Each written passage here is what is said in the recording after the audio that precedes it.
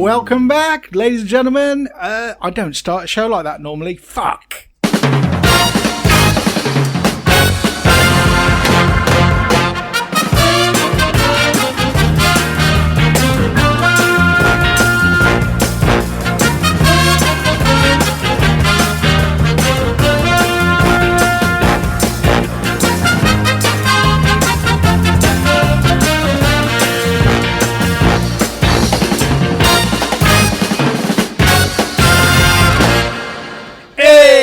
Hello, and welcome to the Midlife Gamer Podcast. Today is Sunday, the 30th?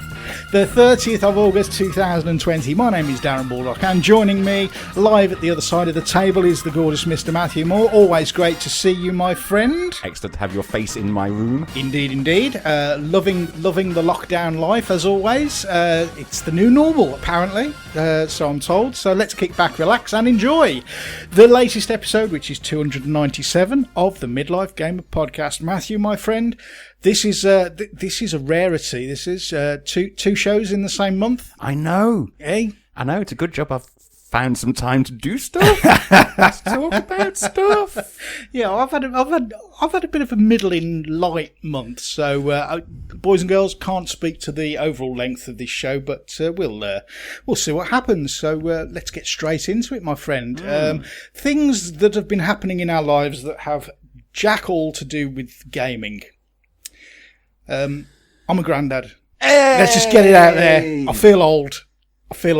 It's really strange. It's a strange old feeling. Yeah. Do you have a grandson or a granddaughter? I have a grandson. Young Theodore, or Theo, as he's going to be called until he gets a really good job. I was quite insistent with my daughter, actually, because she was all about, it's going to be Theo. It's going to be Theo. I said, fine, let him be called Theo. But at some point, he may become a barrister or a banker or whatever, and he might want to refer to himself as Theodore. And she says, like Alvin and the Chipmunks. I said, no one's going to give a flying fuck about that in 20, 30 years' time. Yeah?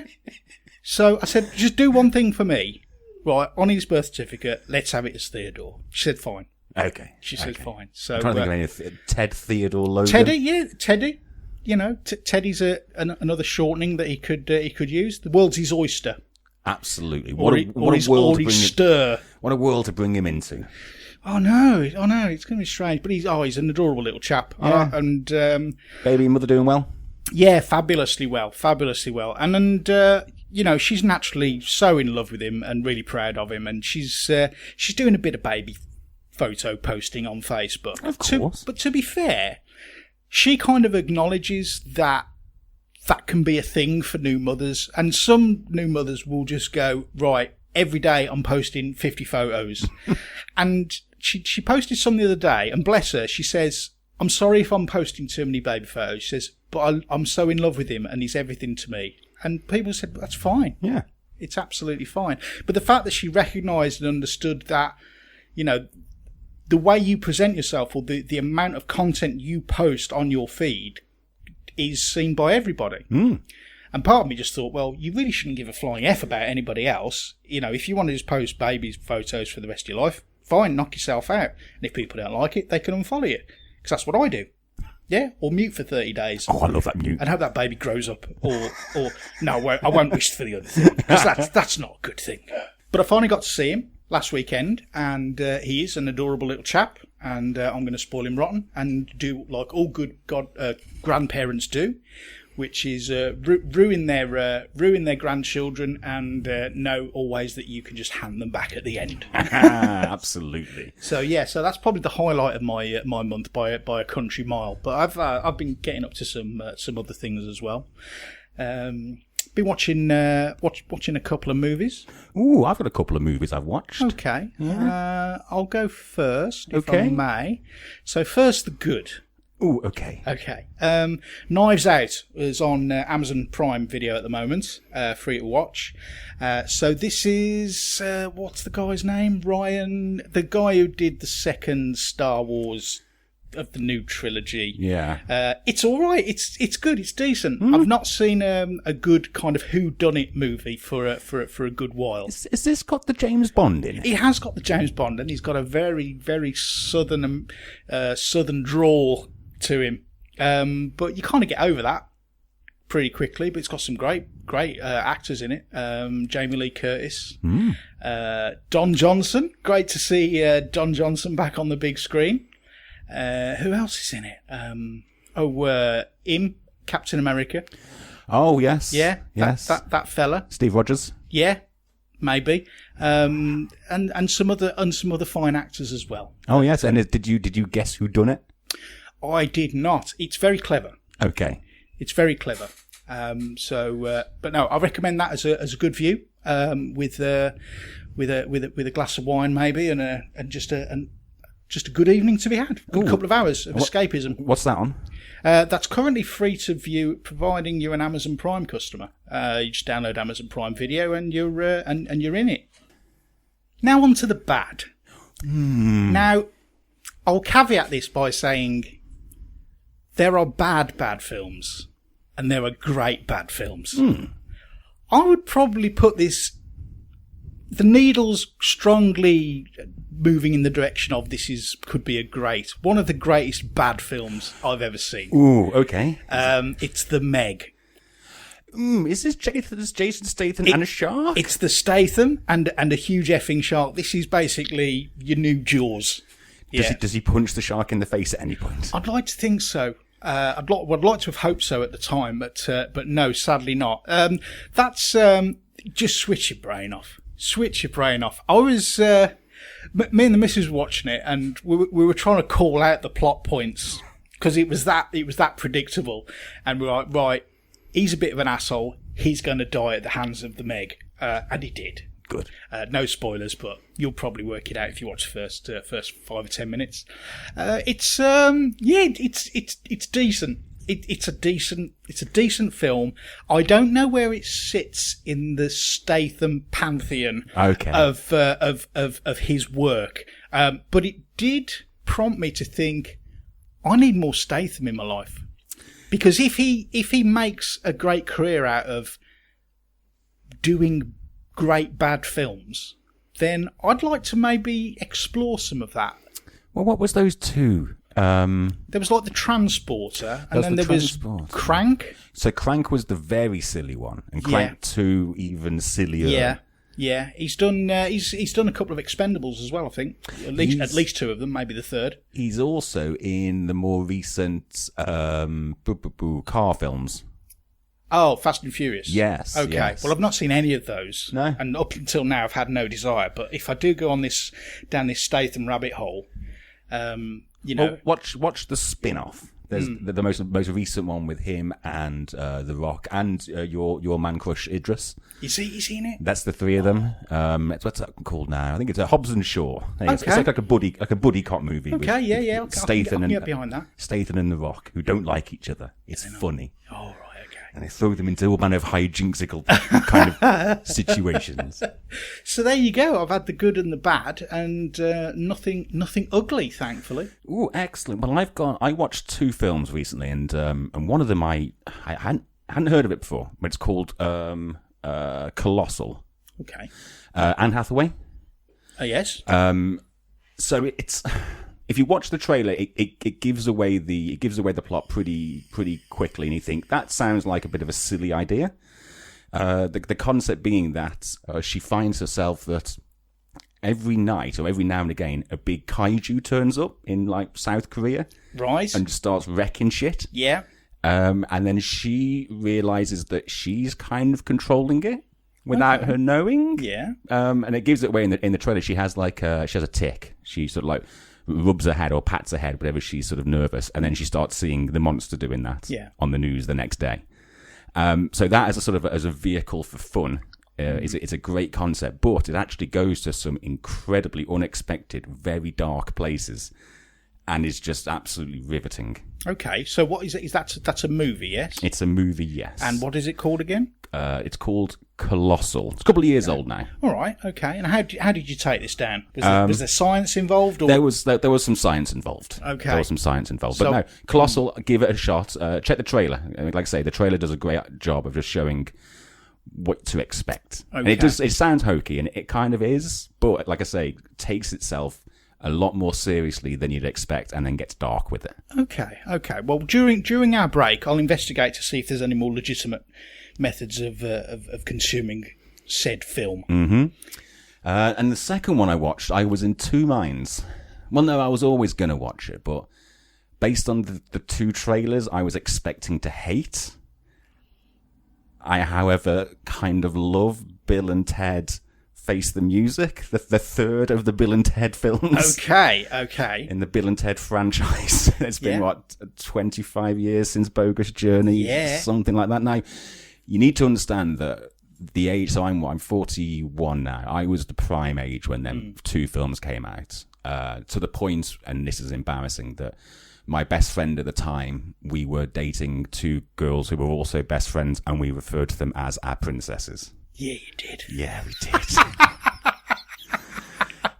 So I saw these trailers and I just thought, this looks bad. Why are we going back to this? Well, I mean, Keanu, you were doing fine. And Alex Winter, I don't know what you've been up to, but I was, okay, then this is going to sound a bit silly, but I had tears running down my face at the end. It's not an emotional film. It's not a fantastic film. But for me, it just meant so much to sort of, I didn't think that I needed to go back to that well. No. And it turns out that even at the ripe old age of 41, I can still get right behind air guitars, Wild Stallions. And get touched in the fields. Get touched in the fields? In the fields? Not the fields, the fields. Oh, the fields. It got you in the fields at the end, didn't right it? Deep in the fields. Yeah, right in the fields, right up in it. Yeah, that was a lot of fun. It was a lot of fun. I'm going to watch it again because I was, like I say, I was a little bit. I cry at the weirdest film. The last film I cried at previous to that was the last of the Nolan Batman films.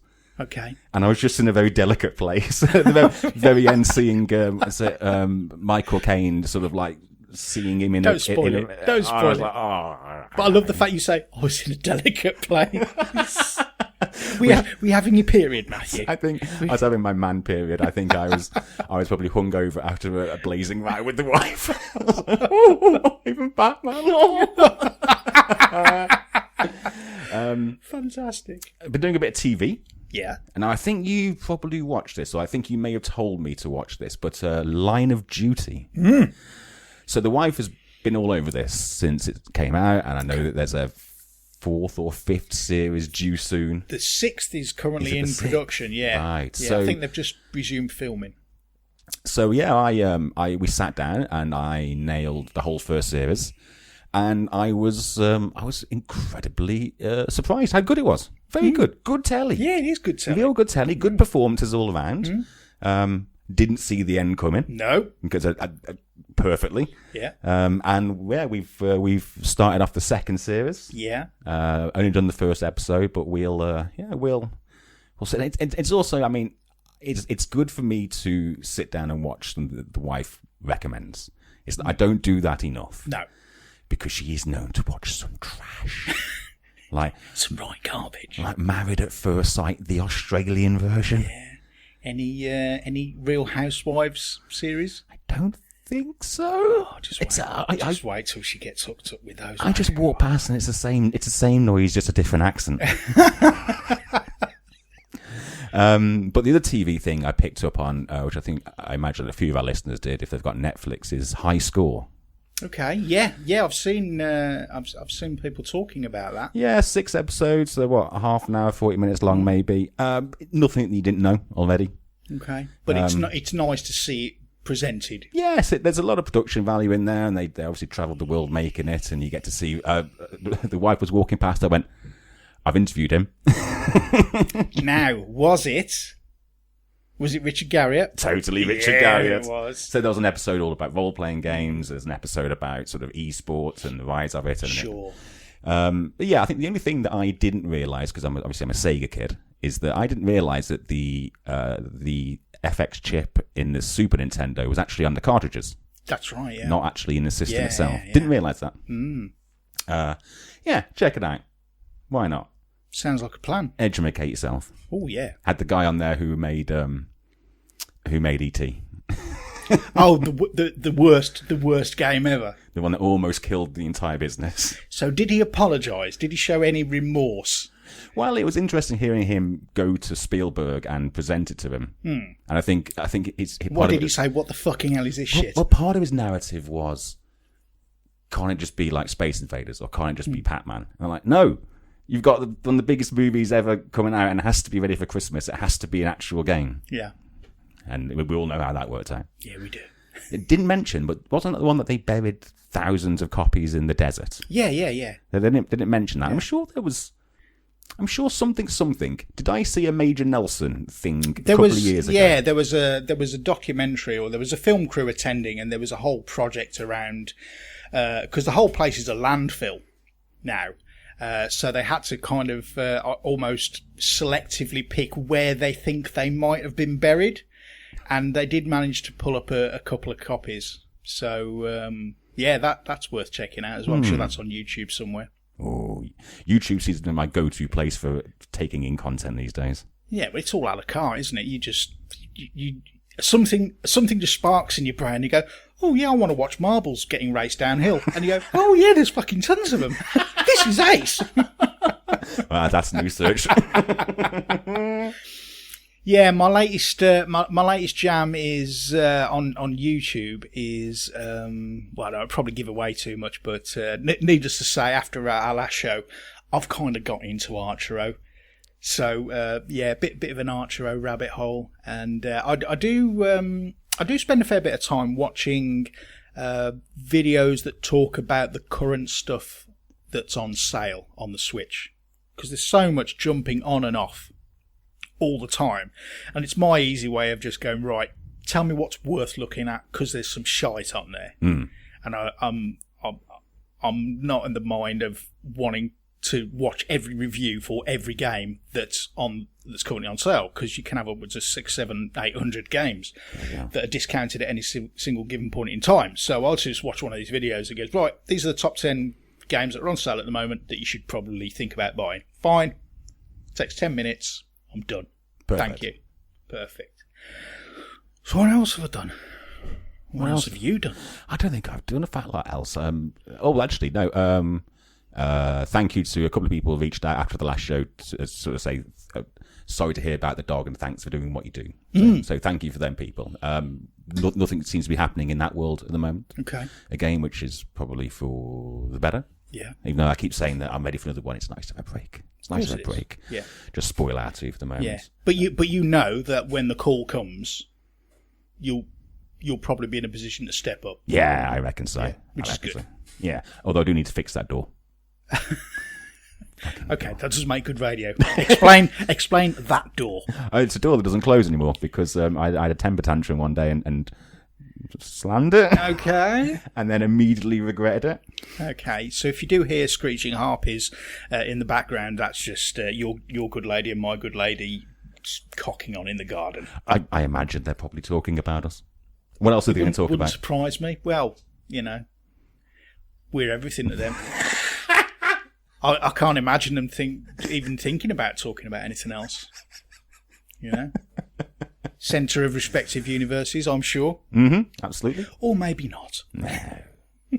Hey, I bought a kitchen gadget the other day. Ooh, do tell. First one in a good while. I like a good kitchen gadget.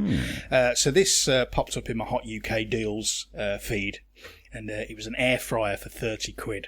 Ooh. Is that for making healthy chips? It is. It's for doing healthy stuff with stuff that's historically classed as, that's not very good for you. So you can make chips in it. You can do all sorts in it, mate. I made sausages in it, or cooked sausages. I didn't make them, I cooked them. I cooked sausages in them yesterday, and they came out just fine. But you can bake cakes in them. You can do something called egg bites, which I don't know, something to do with egg, and obviously clues in the title. Bit of bacon, bit of peppers and stuff like that, and apparently Starbucks sell them for a stupid amount of money. I don't know if they do it in the UK, but there's YouTube videos going egg bites in an air fryer, just like Starbucks. Okay. £30, that's good. That's good. Yeah, good. So is it magic? I guess so. I believe it works on the principle of it circulates hot air, very, very hot air, around inside the doohickey, which effectively cooks your food without the need for oil and stuff. So anything that's kind of breaded or covered in some kind of coating that you would normally cook in an oven or under a grill or fry, then you can make in an air fryer. You can cook bacon in an air fryer. And when you take the lid off, can you feel the heat? Yeah, absolutely. So basically, you've got this tower unit, and then there's a basket that you pull out that you put your food into. It's got all holes in the bottom because it needs to allow the air to circulate around. And when you pull it out, the whole thing shuts down, so it's not blowing air all into your place. But I'm very surprised at the lack of, you get that smell when you're cooking stuff, particularly when it's, things like burgers and sausages and stuff. Very little in the way of smell. Chips. I'd say that's the first thing I cooked was chips. And I just grabbed a couple of potatoes, I sliced them up, made them into like little fries, and then I coated them in a couple of squirts of oil. The 1 cal spray. Oh, yeah. Coated them with salt and pepper. Chucked a little 5 spice in there as well, mate. 5 spice? Yeah, just a little zhuzh it up a little bit. There you go. And 20 minutes later, I was munching on egg and chips. Hey! Because, hey, who doesn't like egg and chips? I assume the eggs weren't done in it. No, I fried the eggs separately. I wouldn't want to make eggs in an air fryer. Although you probably could. Probably somebody's worked it out. Somebody's done a hack. So I'll learn that. That's probably my other YouTube rabbit hole, is all air fryer cooking. So what else have I bought? Okay, so I bought a what else did I buy? Something random the other day. Oh, bought my first set of Monopoly. Okay, now people go, what? What the fuck? Everybody hates Monopoly. Monopoly's shit, but it's not. We've just been playing it wrong. I don't mean playing it wrong. There's surely a way to play Monopoly. Well, when I grew up playing Monopoly, you landed on a space, and you either bought the thing or you didn't. Yeah. All right. But apparently, and I didn't know this until very recently, if you don't buy the property, it goes up for auction. Yeah. Now, this speeds the game up. And also adds an element of strategy as well, because you don't want to be spunking all your money, because then you go and land on Mayfair and you've only got 30 quid. And then the other person gets it for 31. Because you can't afford to go any higher. I'm sure. I don't know if that was an Americanism that came into the rule sets. I remember playing a Monopoly game on the PC many, many years ago, and it had that as a toggleable option. Yeah. But I'd never seen it in the wild before then. And I didn't realise that certain house rules, because one of the things that people complain about with Monopoly is how long the games can drag on for. Okay. And believe me, they still can. If you end up with people that don't, that there's very few full sets of properties owned by anybody, that game could drag on a fair bit. There's a speed dice now, apparently, in the version I've got, which can help speed things up. And also house rules. So when I used to play as a kid, there was a house rule that any money that was paid to the bank as fines, that went into a little pot in the middle. Is that the free parking pot? And if you landed on free parking, you scooped all the money up. But hey, guess what? That doesn't help shorten the game length at all. Is that a legit rule, or is that... No, that's a house rule. Okay. But, it has been called out by the makers of Monopoly and said, look, if you're going to do this, know that it's just going to extend the game. Because it's keeping money within the players. Yeah. And the object is to try and bankrupt people. Is I don't know if this was a genuine rule or a house thing, but if let's say you land on one of my hotels and you're a bit brassic, and I might just say, do you know what? I'll just take your Leicester Square, right, instead of the money. Do you play that? I don't think there's any rule against doing that kind of thing. Side deals are fair game. Yeah. Take your bra off. I'll let you off. Maybe. Yeah. If you let me tit you up, we'll halve the rent. Yeah. And feed the pony a bit. You dirty boy. And so was it a regular OG version? No, mate. No, mate. I had to. Okay, because this was going into the lockdown love nest, I had to get a version that earned its place. Okay, because there's a limited amount of room in the love nest, and if I just rocked up with a Monopoly, the eyes would get rolled, and be like, well, where the fucking hell's that going to go? All right, because I've got stuff turning up all the time. Because hey, guess what? Past Darren, back to a lot of Kickstarters, and things are turning up. But that's a whole other bag of nuts that we're not going to talk about on this show. So I secured a Milton Keynes version. Oh, regional version. So this is a regional version. Oh, Christ alive! So you're not a Milton Keynes born and bred, is the good lady? Well, she wasn't born in Milton Keynes. She's a buzzard bird. So okay, but has she been there long enough to appreciate what? The MK version. Yeah, and knocking on 30 years she's lived in Milton Keynes. So they've got 4 stations, have they? Yeah. One of them being Wolverton, which is not far from where we're at. So okay. So it was really good to get her to see all of the different locations. So that's kind of engaged her from an interest perspective. And we've had little dabbles with the Switch version of Monopoly, and like realising, well, all right, it's not the best game in the world, but it's probably not the worst game if you play it right. Is there still fun to be had with just 2 people? Always, mate. Always. Well, we had a few more people in there. It's a bit more interesting. Well, okay, here we go. All right. Right, games that don't involve throwing keys into a bowl, 2 players is just fine. Okay. In fact, if anything, I would say a 2-player game, for me, from my perspective, other mileage may vary, 2-player Monopoly is good for me. Yeah. Yeah. Do you go straight? Do you have a strategy? I wouldn't say I have a strategy. I just try not to overstretch yourself too early on. I think when you're playing it properly, that is a cool core strategy. And the most expensive properties are not always the long-term best properties to have. That's all I'm going to say, without giving away too many hints and tips to somebody who might be listening. Because I'm going to beat you. I am a sucker. So hard. I'm a sucker for the stations. I've got a chance to get you on every angle. And the utilities as well. So, what was the deal with them? If you had both of them, did they have to roll the dice? Or No. So if you owned one of them and somebody landed on it, it would be four times the dice roll. The dice roll that they use to get there. To get there, yeah. And if you own both, it's 10 times. That's right. If they roll a 12, it's $120, mate. Oh, yeah. Yeah. Three doubles, you're in jail. That's speeding. That's a proper rule. That's speeding. Yeah. All the good stuff. There you go. I can't believe we've just spunk 5 minutes of this show on Monopoly. There you go. What else have I done? Oh, I've got to meet some people, and it's been great because obviously we're in lockdown and we've not been able to do the things that we normally do. I've been chatting with Jay Stokes. He hooked me up with a lot of good advice and chat around disc golf in the early part. Helped me choose my first set of discs.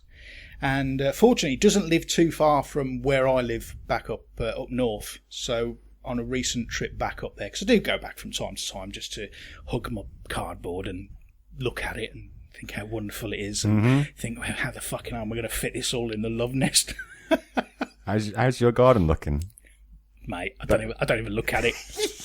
All right, don't even look at it.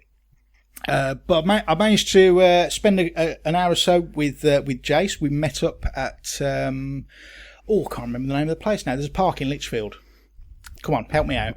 Fucking hell, no. Something Park. Yeah. There's something Park in Lichfield, but it's got a proper disc golf course. So we only played a couple of holes, but we played the same holes a number of times. And he's good. He's good. He's a good player. So I think didn't you post a video of him in slow motion? Yeah. Elegant and graceful. Oh yeah. But he's been played about 4 years. I mean, how far can he get it? some distance. Can you really? Yeah, we're even playing, and this group of people like wandered up, and often as they would do, they go, "Oh, that looks really cool. What are you doing?" And he's a good advocate for that stuff. Oh, absolutely, yeah. Particularly now he's got his site Disc Golf for All.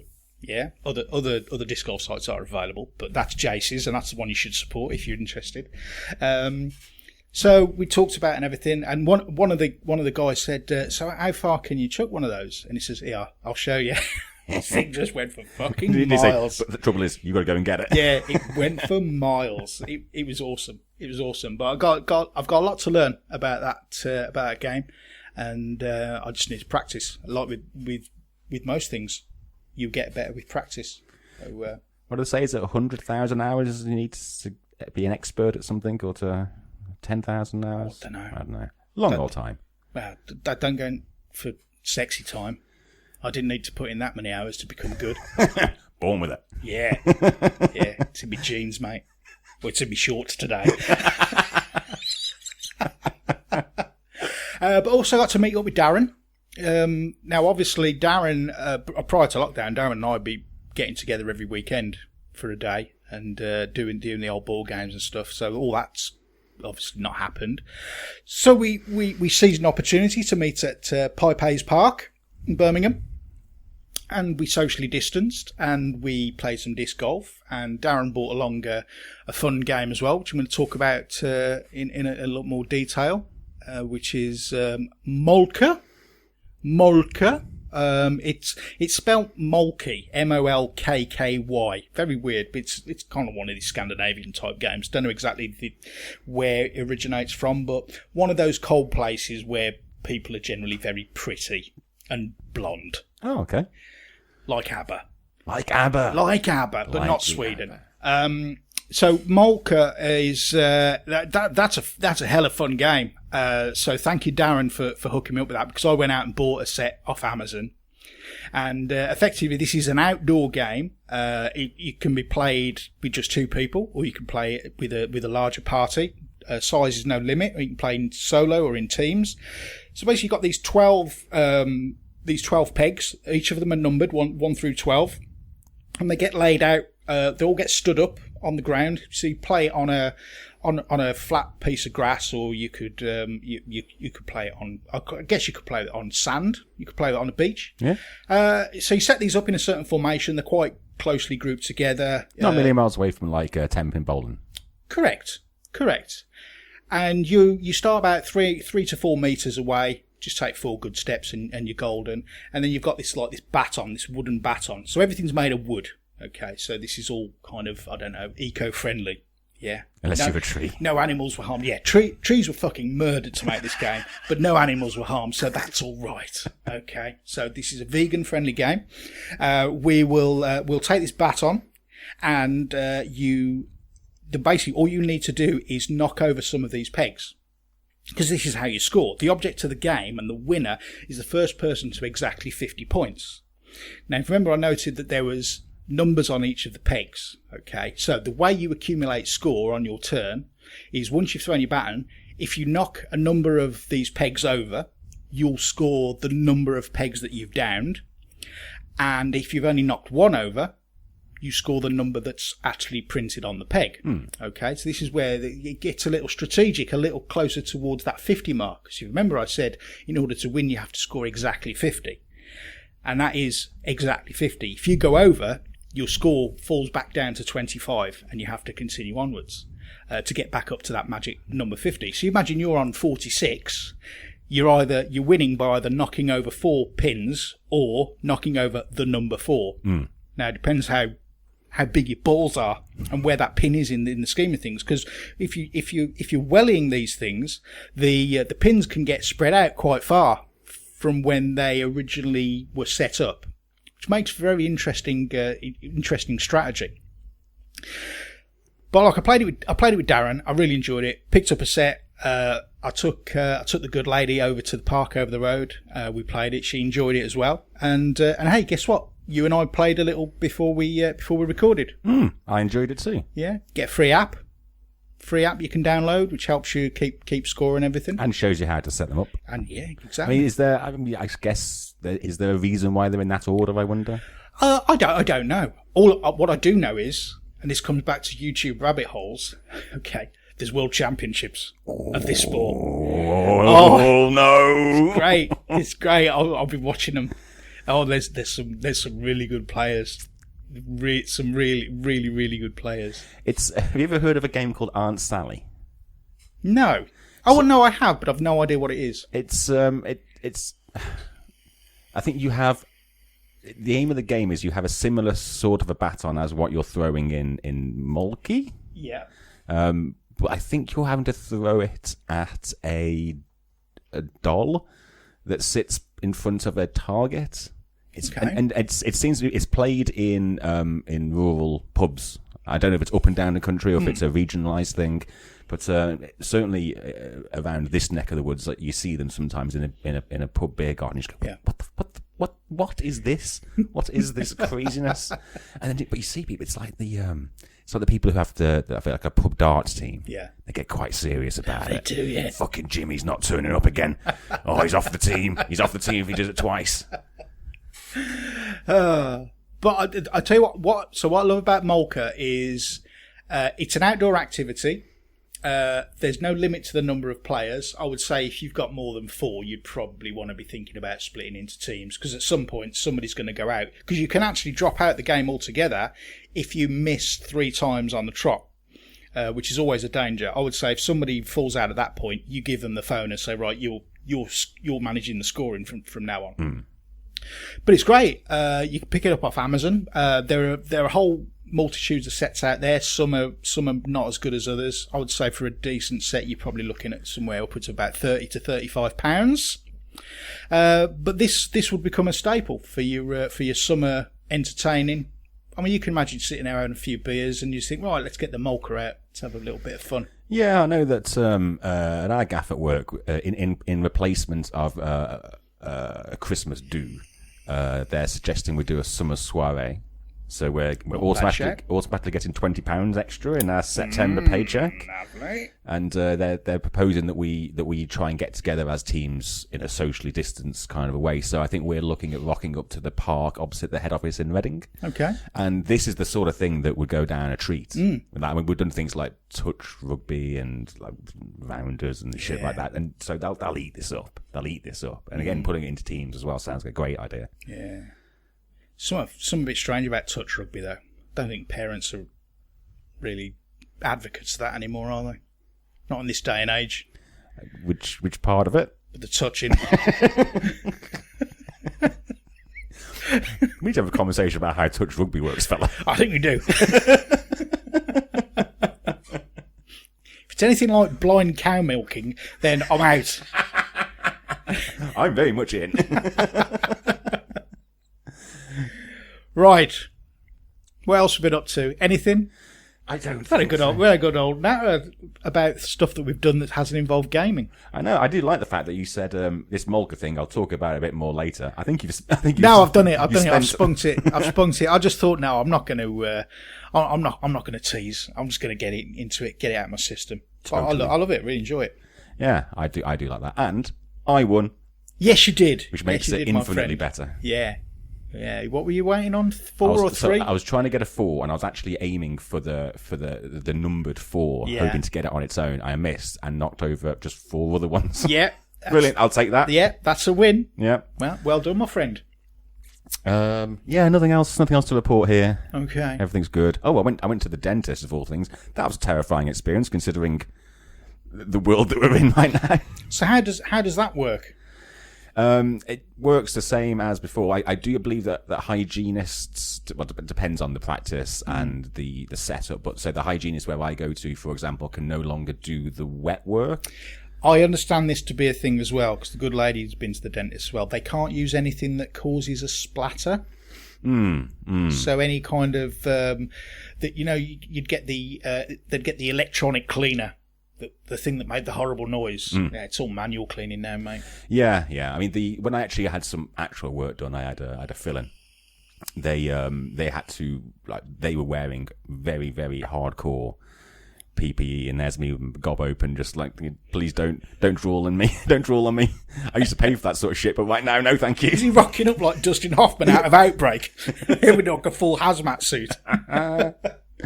I think it was Dustin Hoffman who made me terrified of dentists in the first place in, was it Marathon Man? Marathon Man, yeah. Whatever, and I wanted to find out Is it safe? What was it that he used to soothe it after the pain? I need to try and find that out.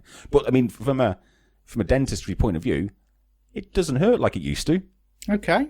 Like the injection used to be the painful bit to numb it, but before they even do that, they start rubbing something against that place to make that more painful. Like a numbing gel. Yeah, and I considering I was terrified as a preteen.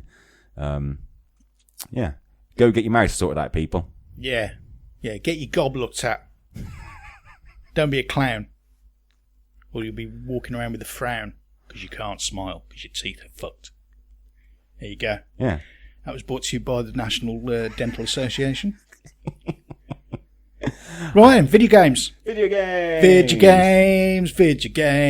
What you been playing, Matthew? So, you mentioned it yourself, Archero. Still on that. I'm not playing it as much as... This is what's awesome. It's been a while since we've been both playing the same jam. So every now and again, I'll just send him a screenshot. Yeah, spoiler, I fucking love Archero.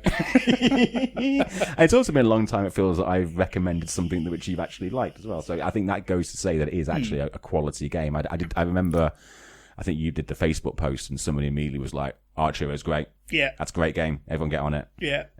We tried the multiplayer, the duo experience. That was all right. Yeah. So the reason I hadn't done that previously is you either create a room or join a room with the code. So unless you're actively engaged with somebody, you can't just search for a player.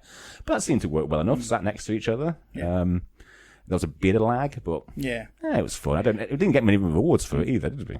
No, but it was fun to be able to just play with other people. And there was a point where I think you spunked some gems to revive yourself, and then we went, nah, don't bother doing that anymore. But it left you be able to spectate while I was still finishing off. Yeah, and I think what was, I guess, high level play when it comes to that would be, so you're both leveling up at the same time, so we both get to sit and choose our upgrade. I guess if we were gaming it, we could say, right, well, if you're spec'd for this, you start going, I'll go for the sort of close combat, the swords and the orbs. Yeah. You go for the freezing and stuff like that. You could probably pair up together quite nicely. Yeah, and that's one of the things I actually love about the game is that each run is kind of unique because you, as you level up, you are presented with a choice of 3 upgrades, and you basically you're specking out your character as you go, and at some point you'll make a decision. Right, I'm going to be focusing on taking down melee quickly, or I'm going for crit all the way, crit and speed, crit and dexterity. Nothing's going to touch me, and I'm just going to one shot everything. That's not always possible because you don't always have those options available to you. Sometimes you could be given a bag of shit and you just have to deal with it. And I guess one thing that I haven't thought about for a long time, but you'll have seen, is that as you progress, so when you finish World 1 and go to World 2, it actually unlocks additional upgrades. Yeah. So when you first start playing, you haven't got an upgrade that means you do more damage the less health you have, for example. Correct. It's just like more damage, more speed, more health. Yeah. So the upgrades that I'm starting to see where I'm at the moment, which I really like, is it'll say if you complete the level, or for every level you complete without taking any damage, you'll get a boost of X. So a boost of damage or attack speed, etc., etc. And I like those because it forces me to concentrate harder on not taking damage, which I think overall is a good idea. Generally, in most games, the less damage you take, the longer you'll last. But like you said, you could play the risky run and go, right, well, I'm going to spec all around low health boosts. So there's certain upgrades which will say, right, if your health is low, you'll dodge faster or you'll deal more damage, etc., etc. Now, which can be quite it can be quite a good thing to do particularly if you're working on higher level stuff that you've only just encountered, because invariably you will be on low health a lot because you're getting hit by things that A, are a lot harder to defeat, and B, you probably may not have encountered them before, so you don't know how to deal with them because there's patterns to all of the enemies. I love I just love the whole thing. I love the way it's set up. I like the fact that there aren't leaderboards. There's no competition. You take things at your own pace. The only thing that drives you is the season stuff. So you need to earn a certain amount of XP every day, or by doing the dailies, as we will call them. So you do your dailies, and that's what drives you to play the game. But there's no sense of, oh God, my character's really shit. Your character is as great as you've built it, and you're not comparing yourself to anybody. Obviously, we're comparing to each other because we're sending each other screenshots. But you're giving me stuff to aspire to. But I guess equally, when you listen to me talking, because I'm the twat that's gone down the rabbit hole of searching Reddit and YouTube, etc., and talking about, right, well, get your characters you can buy with gold and with gems, because if you get all those up to level 20, they provide an overall boost to all of the characters in your arsenal. That's kind of a game changer, that is. Yeah. And then we talked about the stutter shotting, which cancels out the animation once an arrow's been fired, or once a weapon's been fired, and it allows you to fire faster. Stutter stepping. I imagine that's probably something that they won't take away, because that's just a nice sort of high level play strat. Yeah, I mean this is kind of like your upper level meta of Archero, which I've kind of I've looked through the window, and I kind of like what I see.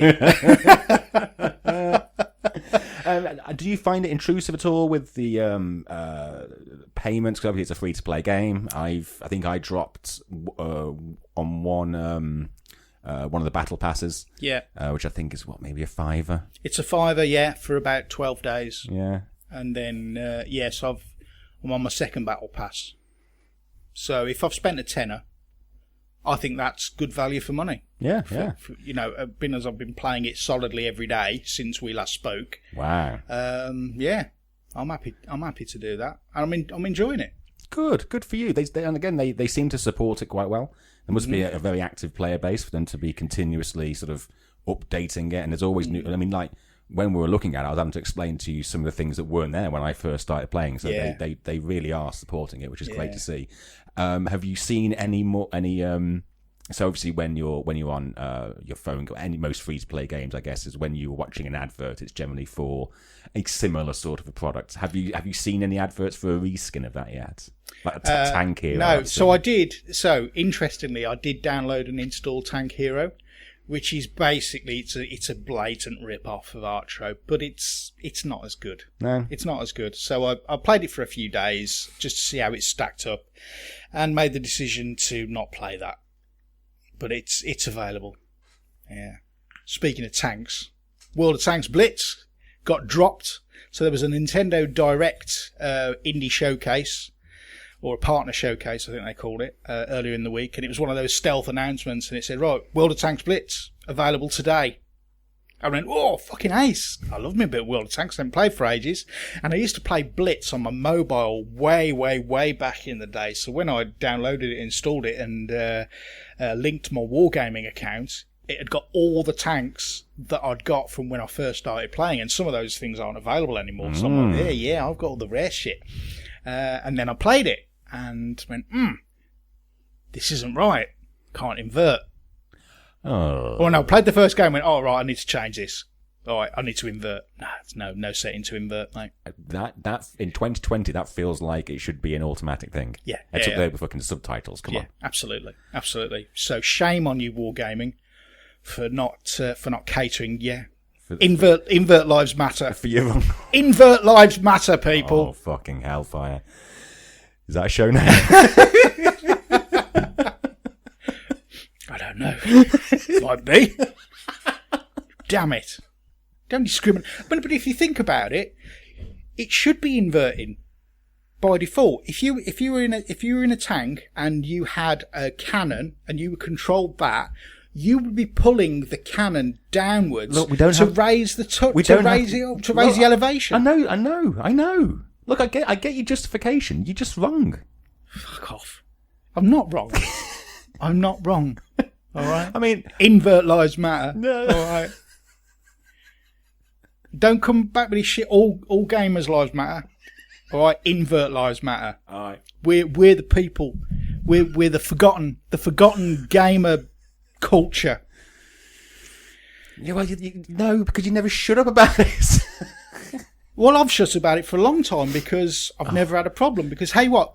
All games that are made, well, almost all games that are made nowadays, gives you the option to invert the y-axis. I mean, do you remember the 360 had a few systems level settings? It remembered at a fundamental base level that any game you played, it would default to invert. That's how good the Xbox 360 was. They took that out for the Xbox One. Don't know why. I imagine because nobody else actually. Oh, shut the fuck. People like, don't you fucking people like, we need to release a game, but you need to be able to. Oh, fucking hellfire! Inverters, rise up. This is a call to action. Yeah, inverters, rise up and do something back to front that other people don't like, or refuse to understand or acknowledge. Yeah. Sorry, back to what you've been playing, mate. Okay. I've dropped on a beta. Oh, okay. I picked up Rogue Legacy 2. Rogue Legacy. Rogue Legacy. Rogue Legacy.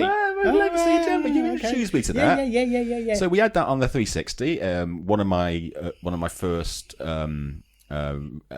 revisits to the roguey type games, and it's more of the same. More of the same. I can get behind that. So you can see that there is still work to be done. Yeah. On the game itself, it's and I'm sure this will be taken out. But again, this is the first time that I've invested in something that I know I'm going to play the shit out of nice and early, and the developers have a little fun with that. Yeah.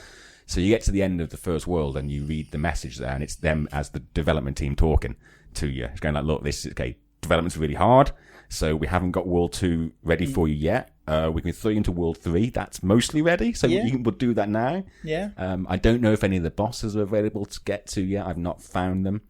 And you can also see that when you're between runs, when you're spending your gold before having to give it all away to go back into the castle, you get to do your usual upgrading of. I forget what you go into, but you have a castle that you're upgrading. It's building itself around you at the time.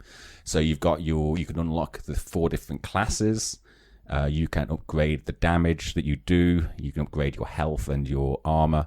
But all the things further out from that are all locked. So I'd like to think that over time they'll be coming with the updates. And I don't know, and this is something that never happened to me, again, by not being in a beta, but I don't know how I will feel if I am forced at any point to restart because of drastic changes. Yeah. Post-beta wipe.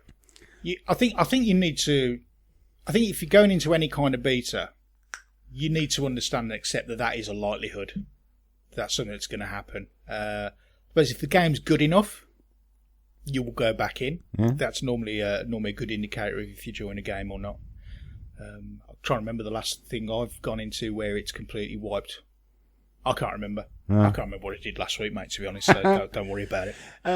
So on the very first time you boost up, it says how many days until the next update, which is nice. Okay. I'm unsure exactly where we are. I think I've got to a point where I think I've done all of the upgrades that are possible. Like I say, I've not been able to reach any of the bosses or even get too far into that third world they give you access to. Yeah. So I'm worried that I could get burnt out on it if I continue to play it in its current form. So I think what I've done is I bought the game at a decent price. It was about 12, 13 quid maybe. Yeah, okay. I'm in at the ground floor.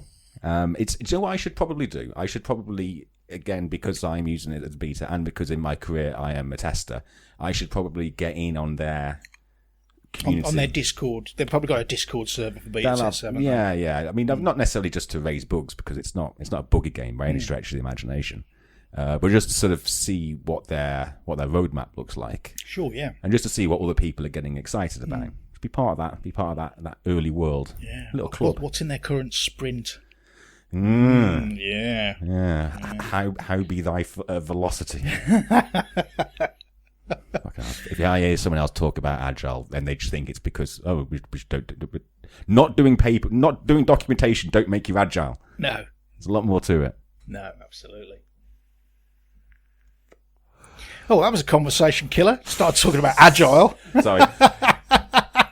Because on with that first date I was on, I started talking about development methodologies. She just...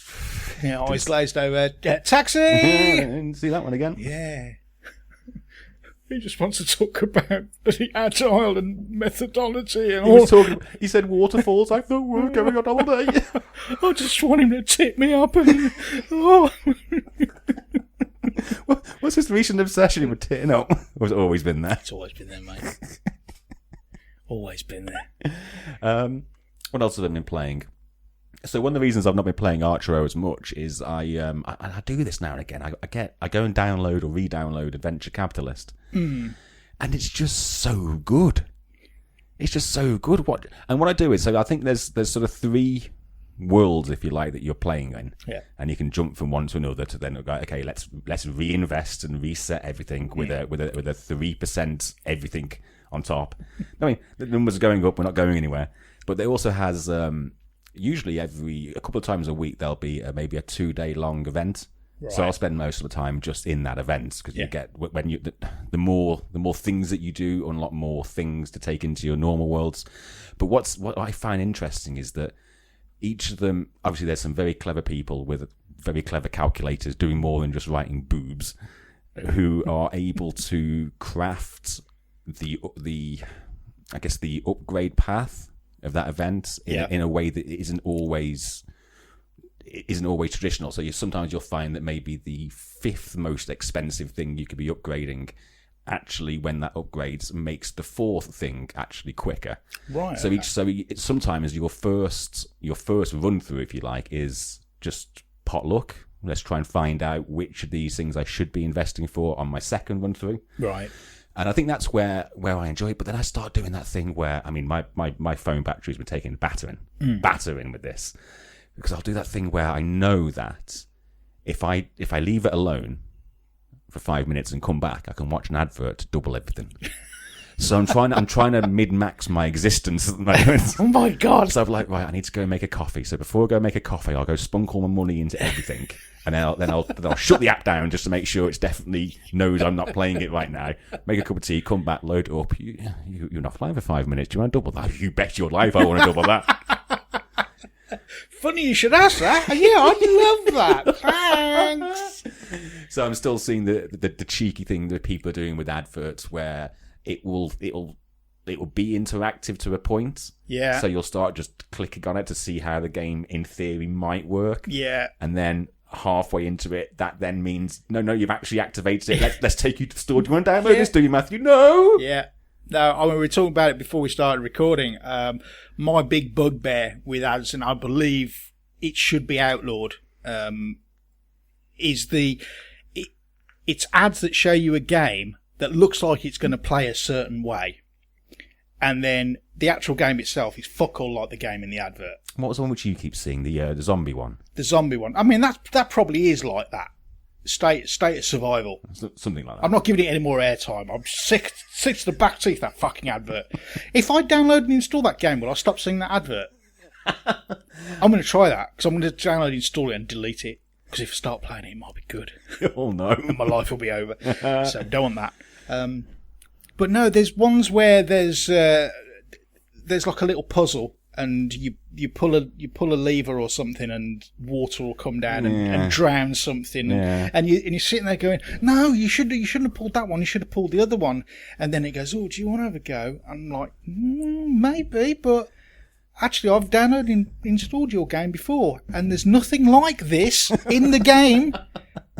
In the advert you're showing to me, there's nothing relating to this in the slightest within the actual game itself. It's a completely different thing. It's a match 3 game. So why are you showing me this little puzzle thing? Because you're lying to me. I don't believe this should be allowed to happen. I'm going to write to someone. Write to your MP. I'll write to my MP, and I'm going to hit up Tim Cook. I know he's busy. He's busy handbagging at dawn with Epic at the moment. Oh yeah. But what's that all about, eh? I don't know, but how to piss off millions of people in one go. Well, I'm not going to get into it, but apparently Apple don't allow games to sell currency outside of their in-game thing, because then Apple don't get a cut. I think they get like a 30% cut. Yeah. Which ain't nothing when you're Fortnite. But I'm aware of other games that sell stuff outside of that sealed ecosystem. Once again, they're not Fortnite. I'm not going to mention any names because I actually really like that game. I don't want to get them into trouble, but there's other games that do that. Oh dear. Grabbing hands, grab all they can. That's what they do. That's how the rich get richer. Yeah. DM fans will know what I'm talking about. Will they? Yeah. Right.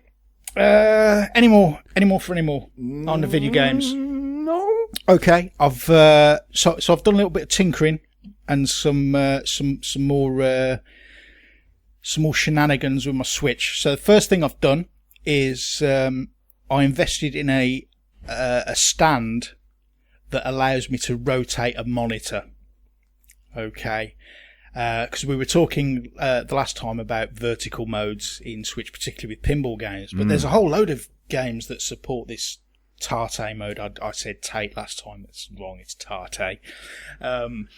So, there's loads of shoot-em-ups and all that business. So I'm kind of keeping an eye on those at the moment. And if one comes up in a sale, because shoot-em-ups aren't really my bag, but I like the concept of playing things as they were originally intended.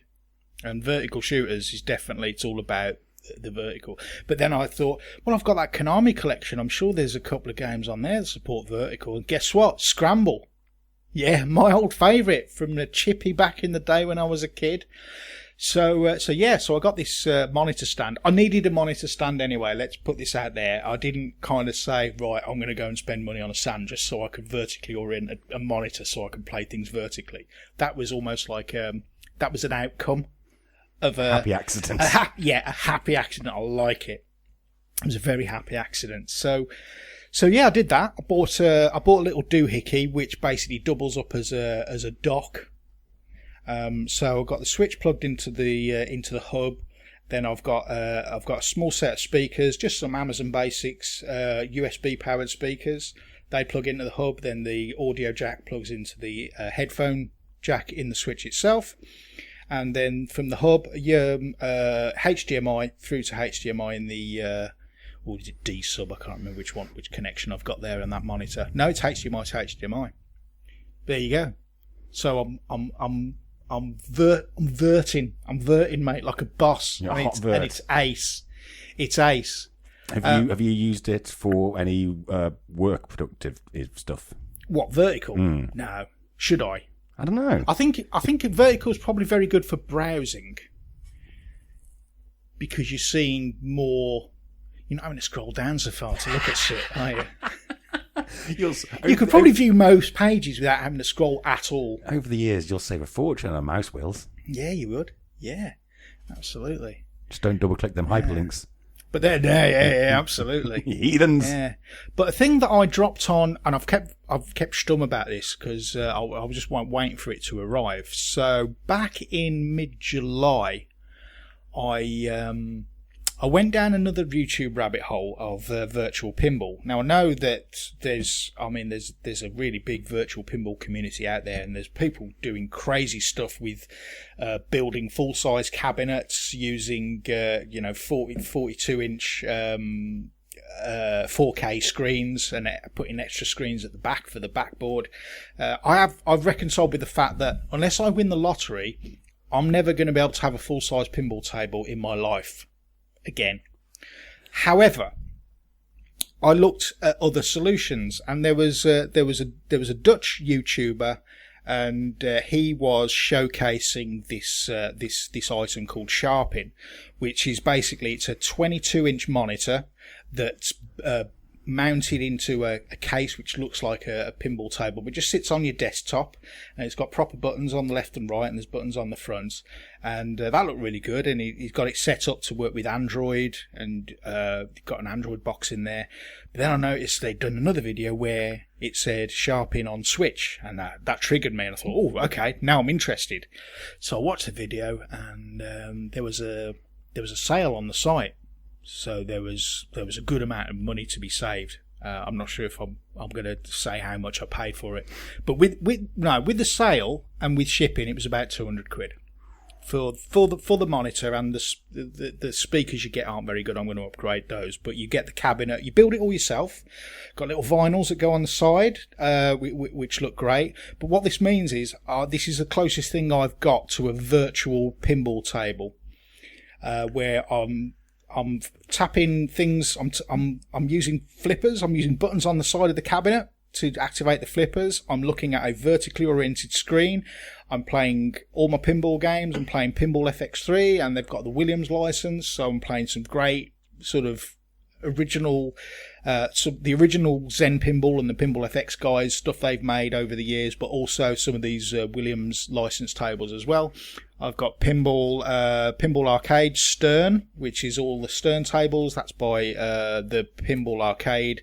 They don't really do much anymore. They've lost a couple of licenses over the years. I think a lot of the stuff is going to switch over to Zen Studios and the Pinball FX guys there. They've just announced the newest pack of Williams tables, which has got Funhouse in it, which is a great table. Really enjoy that. But I only built it yesterday, mate, and because I was bringing the good lady with me this time, and there's plants and shit that needed to be transported. I didn't have any more room, no more real estate, but I promise next time I'll come over to you. We will play the closest thing to real pinball as we can without owning a pinball machine. Quality. Yeah. I keep forgetting you used to own one of them. Yeah, I know. What did you do with it? I sold it. Did you get your money back on it? Yeah. Good man. I did. I sold it for exactly what I paid for it. Were you glad to see the back of it? Yes. Yes, I was. So I had no idea where I was going to put it. So are they heavy? They are fucking heavy, mate. They're heavy as fuck. But there you go, back on my pinball tip. And just to mention, I know that we've been running some tournaments within the Facebook group, and I've just posted one today. So there's been a problem historically with the tournaments I've been setting up on my Switch, is that PS4 players can't access them because Sony. Oh, okay. Yeah, but apparently PS4 can access tournaments created on Steam version. So I've just downloaded the Steam version today, installed it. So we will do regular challenges for all, including PS4, from the free stuff. I'm not dropping any money on Steam tables, I'm afraid. But I'm also considering running a secondary tournament for paid content. So that will include tables that cost money. Appreciate that some people might not be willing or prepared to do that, but I'd like to give people the option to, because there's only 2 tables you can play for free, so you can only do so much with 2 different tables. But there's multiple variables. We've had the 1-ball challenge, we've had the 3-minute challenge. This week's free for all challenge is on Sorcerer's Lair, and it's just standard 3 balls. Do what you can, knock yourself out. Yeah, Unlimited attempts. I logged the score for that first one. Yeah. Password the same, is it, Bear? No, the username. So the username for the current one, the free one. So the free one going forward will always be Uncle Fister. Okay. With a space. The password's Go Pin Deep. Yeah, and that password will be the same across both the free and paid for tournaments. I'll have a look at my collection later and try and establish which tables people are most likely to own. I might pick one of the legacy Zen titles that people have been able to port over since various iterations. But there you go, pinball. It's good. Inclusivity as well. Yeah, man. Let's get it all involved. Even the PS4 people, it's not their fault that Sony are arses. But there you go. I tell you what, can we take a break? Of course we can. Because I want one of your lovely coffees, mate. Oui. Yeah, all right. So don't go anywhere. We'll drop in a little chip tunage, keep you interested. And join us when we come back for some more chat.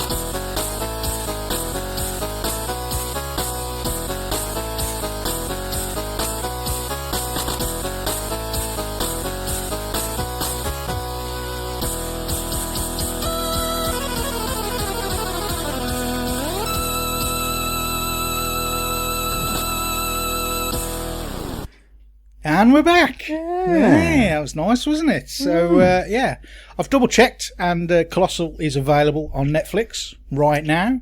So, no naughtiness required. No.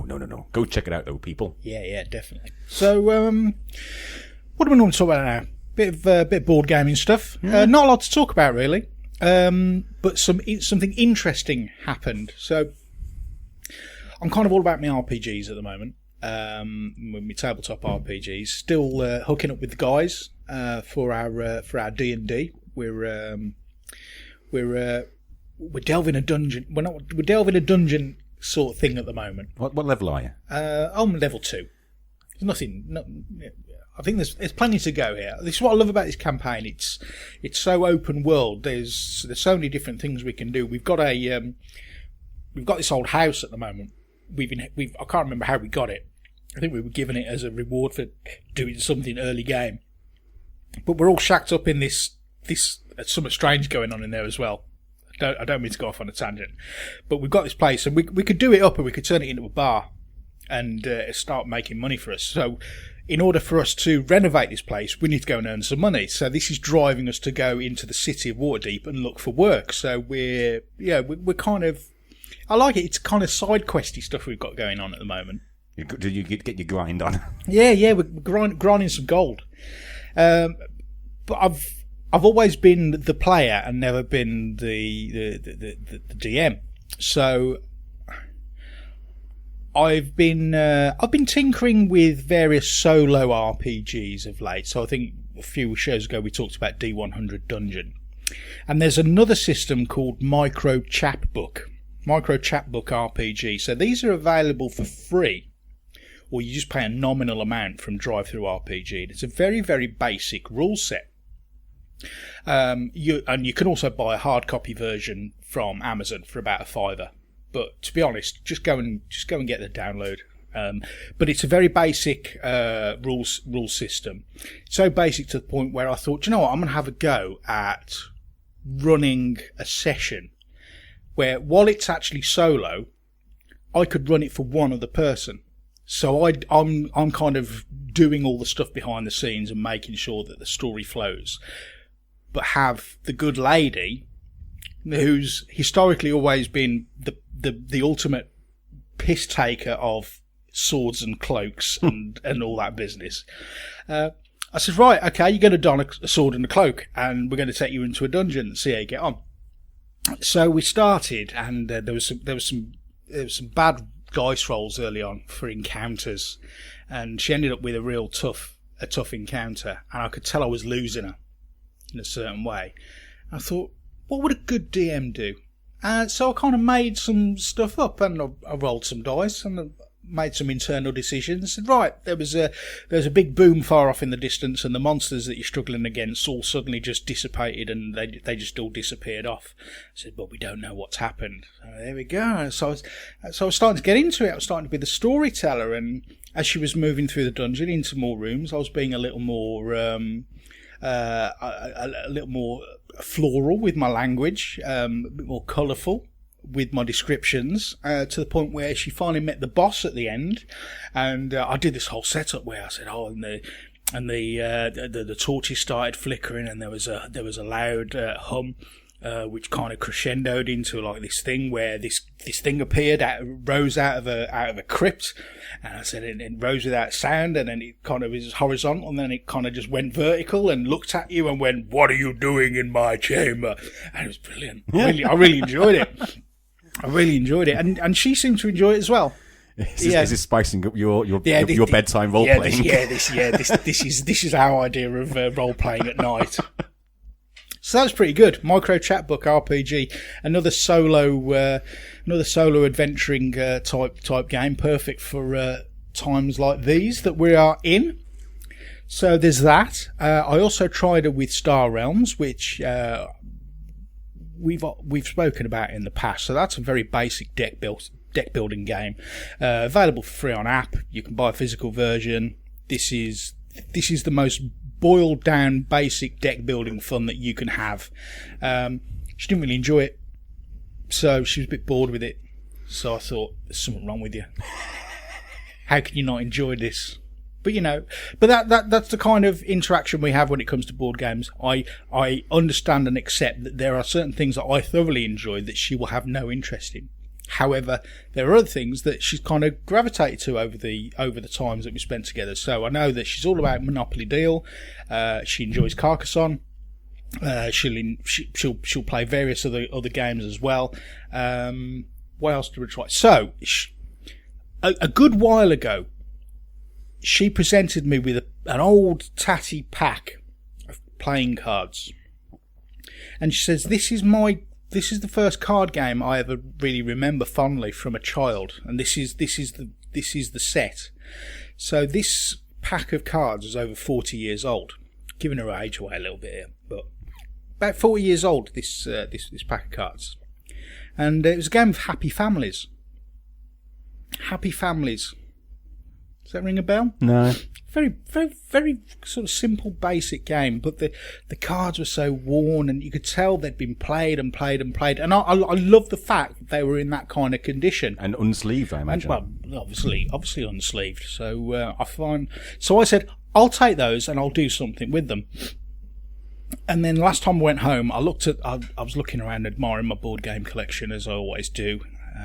Just thinking I'm never going to get to play all these games, and then I saw this pack of Happy Families on the top of a stack. I said, I did promise I was going to do something with that, so I did.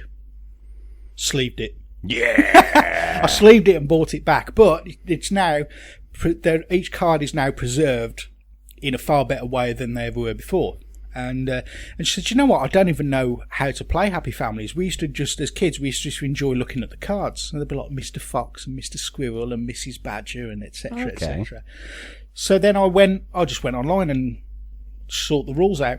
And we actually sat and played Happy Families the other night. And it was great. It was great for me to be able to see a game that she had from her childhood, being able to actually play it properly. And obviously with protected cards. So Happy Families was a winner. Excellent. Were you a happy family yourself playing it? Yeah. It's fine. It's fine. Good. Not difficult. I think it's one of those first games that you get as a child. Back in the day, obviously, your first game you get now is probably Minecraft or Fortnite. That's what the kids are playing now. Us millennials, we ain't got a fucking clue, have we? Yeah. So the good lady wife tells me. Oh no, we're not. No, they're the millennials. Yeah. What are we? Well, are you? I don't know. What baby? Oh, we're the boomers, aren't we? After the war, everyone would have started. We're the boomers. No, I think I'm Gen X. I don't know. Old enough to know better. I'm not a millennial. Fuck those. Fuck those kids. So they ain't got a clue. The wife tells me that she remembers playing a Spectrum when she was a kid. I imagine her father must have had one. And she said she told me that she said she used to play Punch and Judy on there, but she said that she used to get so angry and at its difficulty that she would rage. And I think she admitted to me that she even at one point got into such a rage at how hard it was that she was spitting at the screen. Oh, wow. You know what? And maybe that was the point when you realise maybe video games aren't for you. Yeah. Maybe not. But I mentioned to you earlier, didn't I, that she's keen to see what Quantic Dream are up to these days. That's not exactly how she put it. She said, remember that Heavy Rain game? Yeah. That was good. Any more of them? Yeah. I said, as it happens, there's been a couple since then. Are you willing to go backwards to explore any of their work prior to Heavy Rain? So what was it? Fahrenheit. I wonder, did they F5 that one day? Did they press the pretty button? I'm not sure if they did, but I'm guaranteeing you probably went on to Good Old Games or somewhere like that. You could probably pick it up for either free or a couple of quid. Was it all right, their first delve? Yeah, it wasn't. And you can kind of see how they took that concept and developed it with Heavy Rain. There's no press X to Jason. But it's an interesting story. Okay, yeah. I'll take a look into that. I know that there was they did something with, I forget the actors they had, and was it maybe Willem Dafoe and somebody else after Heavy Rain, and then the more recent one was Detroit Become Human. Yes. Which I showed her the trailer for, and she seemed open-minded. I thought that was maybe a bit too sci-fi for her, with android servitude and what have you. And obviously, Heavy Rain was very grounded in reality. But like I said to you, I think that was on PlayStation Plus at some point. So I will look at It's nice to give the PlayStation another reason to get plugged in again. Yeah, for sure. Oh, there's also dropping at some point some free DLC for The Last of Us 2. Okay. Do we know what that's made up of? I'm pretty sure I saw a trailer, and I'm pretty sure there's going to be some multiplayer shenanigans coming again, which is good because that worked pretty well in the first one. Other than that, I've got no desire to go back to that game. Okay. I think over time, actually, yeah. Okay. What does woke mean? What? How does one become, and does one want to become woke? I think you would not want to become woke. Okay. So my understanding, and again, this is from my perspective as a 48-year-old man, becoming woke is becoming hypersensitive to anything that could potentially be perceived as a slight on a segment of a community. So I might say, they talk about microaggressions. Yeah, so it might be even the way you speak to me. And I'll go, I feel offended. They like saying that. Oh, that's offensive. Well, it's not. It's not. It's not to me. And if you feel offended, then, well, what's that got to do with me? That's how you feel. It's not how I feel. So somebody who's woke would probably, they probably would be, probably vegan. That's a generalisation if I've ever heard. Yeah, again, this is my perspective as a 40-year-old curmudgeonly guy who hates people and hates everybody in the world. Can we have some kind of a disclaimer now that suggests that you may become woke in the next minute? Me? Listeners. Oh, listeners will become woke. Yeah, absolutely. And there's varying levels of wokeness. We've always had people who have been, I don't know, they've felt very strongly about certain things, very principled, maybe on, I guess your classic original woke would be Mary Whitehouse. She was very woke towards the content that was being put out on television. And she was very aware of it, and she wanted to put a message out there to say, what's being put on television isn't good for our children and isn't good for our society. So if you kind of boil that down into sort of its most purest and potentially most nefarious form and inject that into a young person, I don't know how it gets injected in, probably with something that's been, I don't know, it's ticking some boxes. We're all about ticking some boxes nowadays. Okay, so it's probably, I don't know, it's probably a transgender black person of colour who maybe has a little bit of a disability, and we've just got to tick boxes. We've got to tick boxes. This isn't going to get put on there, is it? This isn't going to get put out there. I need to shut up because I'm going on a bit of a rant. This is all staying in, fella. It's all staying in. Okay. I'm not saying there's anything wrong with any of that at all. Black Lives Matter. I get that totally. I'm fully support it. There's loads of stuff out there that people feel very strongly about. But I think I grew up in a world where if you felt strongly about something, you got up and did something about it. You got up and did something about it, and it generally involved you acting upon your principles. Whereas now you can sit literally on your arse on social media gobbing off about things without actually doing anything. Okay, and you go, oh, well, that's not right, is it? And that's all right. And then that brings on this cancel culture, which is all about just dogpiling on people who potentially said something wrong a few years ago on social media, and they'll go and they'll drag that post out and go, oh, look, that person said faggot, and they obviously hate gays, and Oh, he on his podcast he talks about bumming all the time, so he must be anti-bummer. I'm not anti-bummer. I love the bummers. Yeah, I know gay people. Yeah, I know. You ask my missus, right? I listen to Cheesy FM religiously, right? Nobody gay dances like me. Oh, I've seen it. I'm the best gay dancer you'd ever want to meet. I'm the original big gay bear when I'm on the dance floor. You know, think of that dance off on American Wedding, between Stifler and the gay bear on the dance floor. That's me. I've not seen that in years. Yeah, I'm the gay bear on the dance floor, and I love it.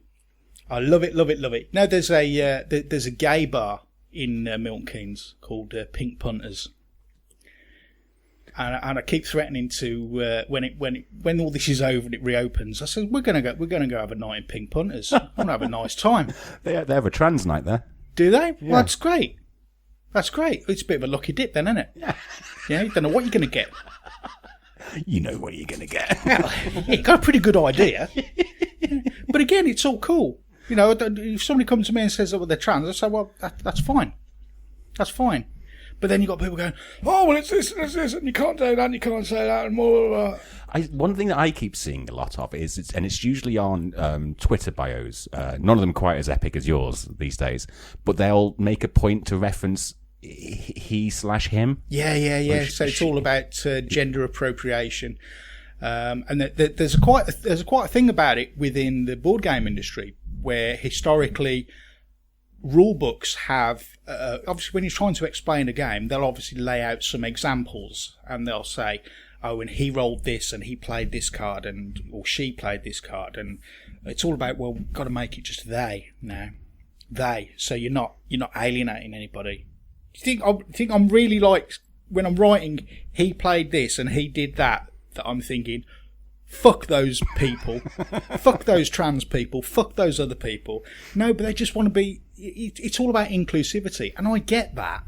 I do. I totally get it. I'm all about it. You know, there's things we do at work which is big on inclusivity, and I fully support it. I've got a rainbow coloured signature in my Outlook. Why? Does it make me a great person? No, but it says that I'm acknowledging that there's a drive for inclusivity. No, fully support it, but don't jam it down my throat, and don't look for every opportunity to call me out and say, well, actually, you said this 40 shows ago. So what if I did? Who am I? What am I going to do? Have I got to throw myself off the top of a building for an apology? I'm so sorry. I'm going to self-flagellate for 13 hours and hurt myself. You can do just to say sorry. You can do one of those epic apology videos which starts off with you looking at the camera and going, I'm so sorry.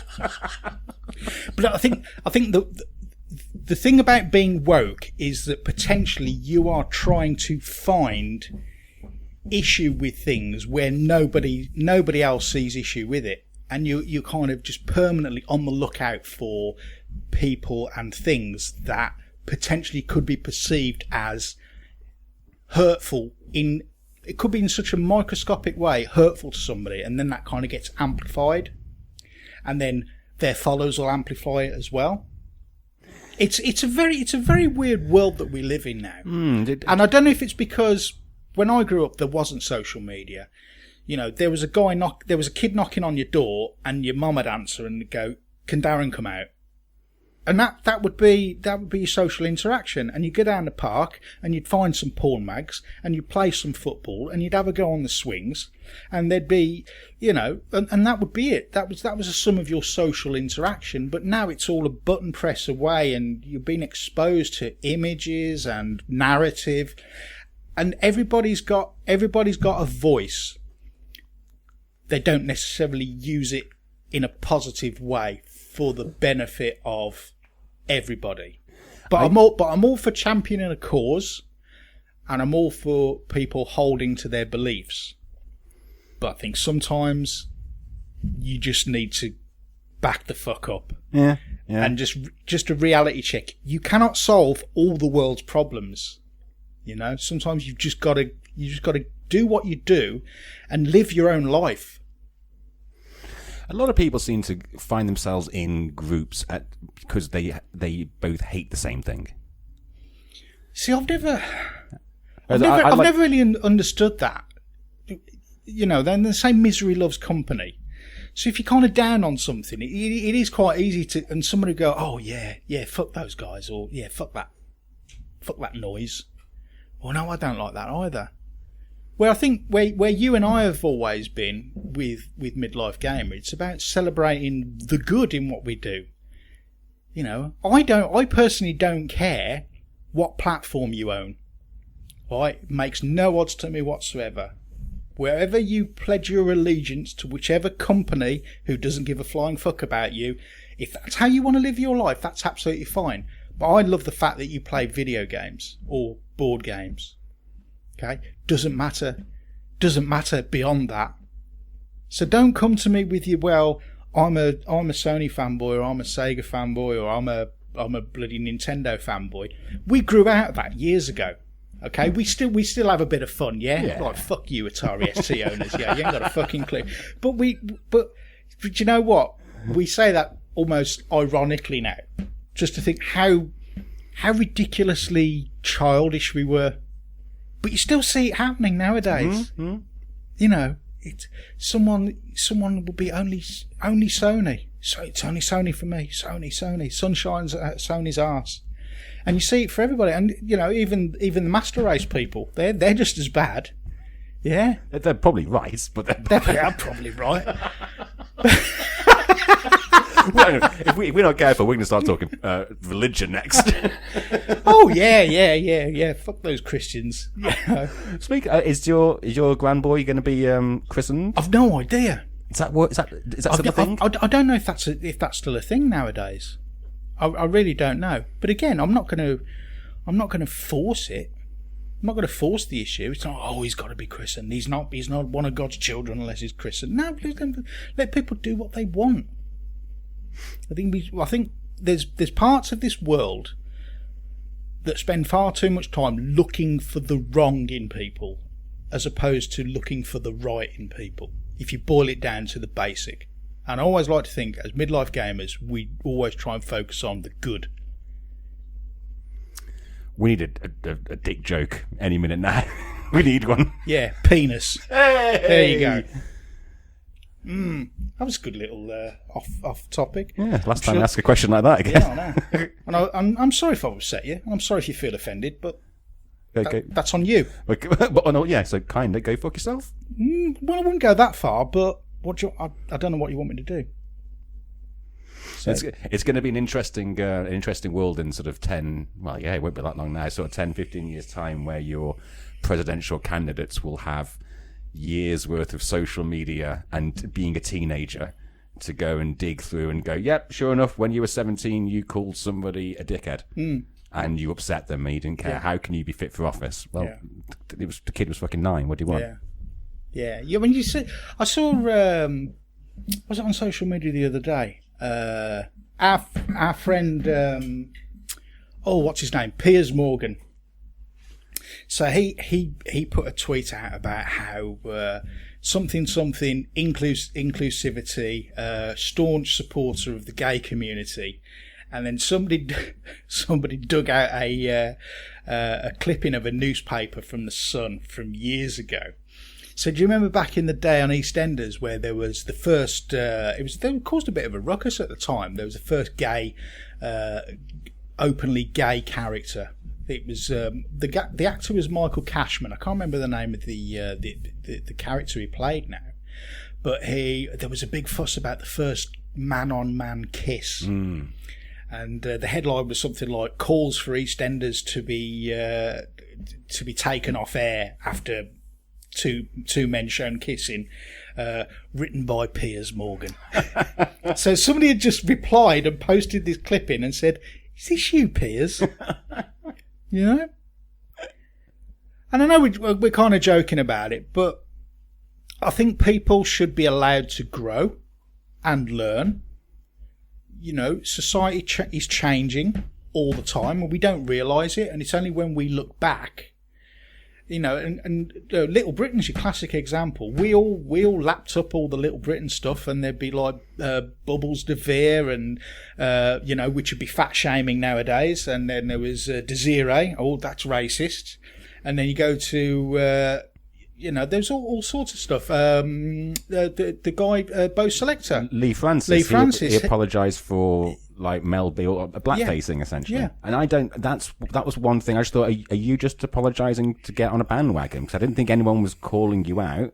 But also it's parody. It is parody. But you can't. But parody. Parody's a difficult one to navigate in the current day. All right. So back then we all knew it was parody, but we didn't. I guess we didn't really think about the impact it would have on the people of that culture or of that leaning. Okay. The short and the tall of it is, as a society, we've become hypersensitive to everything, and as a child, we went out and we got mucky and we got messy, didn't we? Yeah. And actually, that is a way of a child building up its immune system, to be exposed to this stuff that isn't perfect. And that's how your body grows, and it goes, right, okay, I'm learning to deal with that. And if we cocoon ourselves too much and protect our children too much from any kind of foreign body, then naturally they're going to react adversely when they grow up. And there's a bit of an analogy here at the moment, but we kind of grew up in a bit of a mucky society. We were watching things like Mind Your Language and It Ain't Half Hot Mum. I think It Ain't Half Hot Mum is fucking hilarious. All right, but you couldn't broadcast that nowadays, because we're of a different time, and that isn't an explanation. That isn't an apology. It's more of a context thing to say, right, well, this is why we are the way we are, because this is what we were brought up watching. And are you quite happy to openly admit that you find that funny? I am. I personally am, because it's the truth. I still think it's funny. I really do. However, I understand that it probably doesn't sit well in current society. Yeah, I mean, for example, I found Mr. Humphreys to be hilarious. Yeah, it didn't. But I wonder did that then somehow give me a sense of assuming that that's what all gay people are. Quite possibly. Quite possibly. Quite possibly, because that would be your go-to when you talked about homosexuality. You'd be like, "Oh, I'm free," and whatever. Where we know it's. But also, then we didn't. If there wasn't a gay kid at your school, or a gay person in the family, then you're never going. 9 times out of 10, at least where I grew up, there weren't anybody who weren't very much like me. No. And thinking back, there was probably a good amount of gay people, but we were in a society then where it was frowned upon. And you probably would be better just keeping that to yourself. Whereas now, you can be open about it, and you can be out and proud, because there's a lot more tolerance. But with that comes a level of intolerance. And we're not going to solve anything here. We're just having a chat. It's probably the deepest conversation we've ever had. On or off mic. On or off mic. It's a strange world, mate. It is. It's a strange world, but we're in it, and we're just trying to navigate it the same as everybody else. Yeah, make the most of it. Yeah. Find joy where you can. Because if there's one thing that's certain, there's two things certain, isn't it? Death and taxes. Yeah. Yeah. So we're all going to die at some point. So just try and live your life the best you can, and just try and do right by people. Most people have a good moral compass, and as long as you stick to that, you can't really go far wrong. Testify. Penis. Oh, big fat willies! Yes. So, there we go. We're coming towards the end of the show. I think we are. Anything we need to discuss? Aye. I'm looking forward to the end of September. Yes, yes. By all accounts, nothing official is happening. However, a number of community members have hotels booked, so there will be a gathering in Birmingham. Not an official Midlife Game one. However, friends and community members are more than welcome to, if they find themselves in the Birmingham area on that weekend of the 25th. Is it the 25th? Something like that. Something like that. We'll be about. Yeah. I mean, you're not going to be getting, because I know that there's still talk about you going on Ollipops, depending on how the world continues to turn. Yeah, fingers crossed, I'll be away. So, calling out in advance, there will be a delay, or there'll be a little longer before you have to suffer us again. Probably mid-October. Yeah, I can dig that. Yeah. I can dig that. Oh, that's cool. It's almost Christmas then, isn't it? Jesus Christ. I don't know where this year's gone. Honestly, I don't know. I don't even know what day of the week it is half the time. No. It's crazy. It's crazy. There you go. That's, I think that probably brings our show to a close. Do we do domestics anymore? We can. Oh no, you do. You do the domestic. Yeah, don't let me take that away from you. No, thank you very much. It's your God-given right. Yes. Okay. Well, domestic. We have a URL, which is midlifegamer.net. Go find out what happens. Yeah. Well, that is true. We do have a URL. Yes, we do. Yes. Midlifegamer.net. Yes. There's also a Facebook group, which you can come and join. As usual, lots of fun goes on there. Very inclusive there. Be yourself. Just don't be a dick. That's general rule in life, isn't it? Just don't be a dick. Innit? Yeah. We've got a Discord server as well, haven't we? Yeah. I thought Discord was just did that not come out as a VoIP system for gamers? Yeah, and it's kind of evolved into something much bigger. Okay, so there's Discord. Yeah. There's Twitter. The main handle is at midlifegamernet. I'm on there at mantismatt. Darren will be at uncle_fister. Those monikers sort of spread far and wide. Good luck with and without underscores and with or without spaces. Yeah, have at it. I take it always. Do you hear me? And yeah, that's all your domestics. Do us a solid. What, go and leave us an iTunes review. Oh, me? Not you, anyone. Listeners out there. Even if you've done one before, update it and put your 2020 version of the review. Just don't. Yeah, because you might have a different view. Because I'll tell you for now. After this show. No. Well, after this show. But I would say that our content that we produce now is far different to what we produced when we first started. And for good or for ill, we are where we are with that. I'd like to think that we've grown as people. We're still childish in good ways. Probably still upsetting people. The odd person. Don't mind. Yeah. Honestly. It's all good. It's all gravy. Yeah, come and leave us an updated review. Have you given up hate following people these days? Yeah. Or hate. I don't like you, but I'll still continue to watch you because I hate you. No, it's bad for you. It really is bad for you. I see no value in it whatsoever. I found something interesting the other day. I found out I'd been blocked by somebody. And it was only because somebody I follow just went, oh, this is interesting. I've just learned I've been blocked by this person. And then this thread just blew up and said, I've been blocked by this person as well. I don't even know who they are. So there's clearly a thing out there that is, right, if I fall out with this person, I'm going to block them and I'm going to block all the people that follow them. Regardless of what their association is. If you follow this person, I don't want nothing to do with you. Dead to me. So I'm block away. Because until that tweet went live, I had no fucking idea.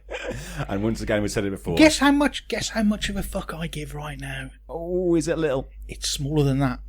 Is it smaller zero? Than that? Is it zero? It's less than zero. Is it less than zero? Yeah. Negative fucks.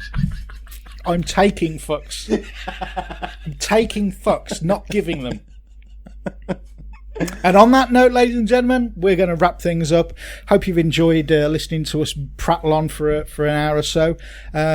Go balls deep wherever you can. Go and be wonderful to each other. Be kind. It's not difficult. Just have a good life while you still can. Join us next time when we bring you another exciting episode of the Midlife Gamer Podcast. Say goodbye, Matthew. Goodbye.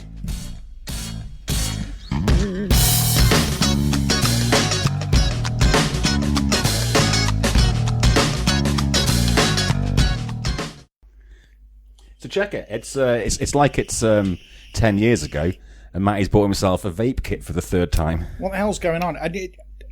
Now, I like the fact that you've done this. I'm always pleased when you do something active to try and get off the cigarettes. But I know historically I've always could have revisited, particularly when I've seen you smoking again. I've gone, oh, well, what's happened with that? And you just gone, I couldn't get on with it. Yeah. I couldn't get on with it. Or the battery ran out and I couldn't find the charger, and I went, oh, fuck it. How is it going to be different this time? It's going to be different this time. A few reasons. Firstly, spare parts are much more readily available. Okay. So you can nip to the petrol station properly and get what I would need. Yeah. And mostly as well is because I want to not smoke. It's frustrating that it's taken 20 years of me smoking to actually believe what they've been writing on the fags all this time. Yeah. But yeah, it ain't great for you. So I went down a rabbit hole and I was like, well, is vaping safe? Because I mean, a lot of people who are still wannabe smokers till they die are like, they don't know what's in them vape things. There's not enough science, there's not enough evidence yet to know if it's worse or bad, worse or better. So I saw something, and it was from January, and it was on the One Show. So it's got to be real. And it was like someone from NHS England talking about the fact. He said, look, it's about 95% better than smoking. Yeah, that's the common stat. If you smoke and you can do this, you're winning. If you're a non-smoker, don't bother with this. Yeah. You don't need to. Don't need this in your life. I'm sure there are people who still do it because it's a fad or it's the cool thing to do these days. Yeah, same fucking millennials, mate. Fuck those guys. Do you know what I mean? They should before you can allowed to buy a vape, you should be able to demonstrate that you could chew tobacco. Oh, skull bandits. But you've seen me have a couple of cigarettes during the show as well. I've not, and it is going to be interesting because obviously the good lady still smokes. But the way I'm seeing it is if I can, and I think it will come into its own when I'm working as well. Yeah. So I can just I won't have to think too much about getting up, even though I do smoke here. Etiquette-wise, yes. Can you get away with vaping on a conference call if you've got the video on, do you think? So what I do is... So I hope you mute your mic first, because that's noisy as shit. Yeah. So when I was in... so I've just changed teams, actually. I've actually moved to a different part of the business, and so in my old team there was a few of us that were vapers, and we'd have calls and we'd vape on the calls. It was fine. But when you're in a new team, you're kind of in unknown territory. So you're there, and you got all your video on, and you're looking to see if anybody's vaping, and they're not. So what I'll do is I auto mute anyway. I always mute when I'm not talking, because I think that's just good etiquette, because you don't know what background noise is going to be going on. But if it's a long call, 30-minute call, I'm pretty cool. I can go without vaping for 30 minutes. But if it's a boring 1 hour call, fucking hell. So what I'll do is I'll just switch the video off. Yeah. No, I'll have a toot and then I'll switch the video back on. And I've never been challenged over that. Never been challenged. And I'll just say, well, there's, I don't know, the internet's playing up. Yeah. I almost said balls deep on a call the other day. Did you really? I almost. God. I think you need to know your audience for that, don't you? Yes, you do. I can't remember. I did say... I did tell a colleague to go fuck himself. Did you really? Yes. But for real? Yes, for real. He was teasing, and he was baiting, and no one was going to... So I said, go fuck yourself. Yeah. And then afterwards I felt kind of all bad, so I hit my buddy up on Skype. I was like, I didn't go too far then, did I? He was, no, you'd said that in the meeting anyway, wouldn't you? I said, yeah, I would have. He was fine. No. And you're right, he deserved it. Oh boy. No, there was there are things that we can't say anymore. And I think that's right. I think it's right that there's things that we can't say anymore. And there's things we can't do anymore. I mean, have you ever been in a working looking back across your career and all the jobs that you've ever done, has there ever been stuff that's gone on where you just think, that wouldn't fly in this day and age. God, I remember one boss clipped me around the ear. Really? Yeah. He was a fucking dickhead. And I completely forget the setup, the reasons, anything around it. But these days, if anyone physically did something like that, you wouldn't be enjoying that. But no, I mean, I was just on the cusp. I didn't even make it into offices when you could still smoke in them. Mm. Obviously, that was a big old change. Oh, I miss those days. Oh, I wish I knew that. I miss those days. But being a non-smoker would have been a nightmare. Mm. I mean, the idea of smoking on a plane as well. Yeah, that used to be a thing, didn't it? And I remember even well after. So again, I don't think I was on planes when you could. They still had the signs because obviously the airplanes didn't get refurbished. They still had the ashtrays in the. That's right. Yeah. In the armrests. Yeah. But I've never seen them. But I'm pretty sure if you're going down, smoke them if you got them. that's the saying, isn't it? Smoke them if you got them.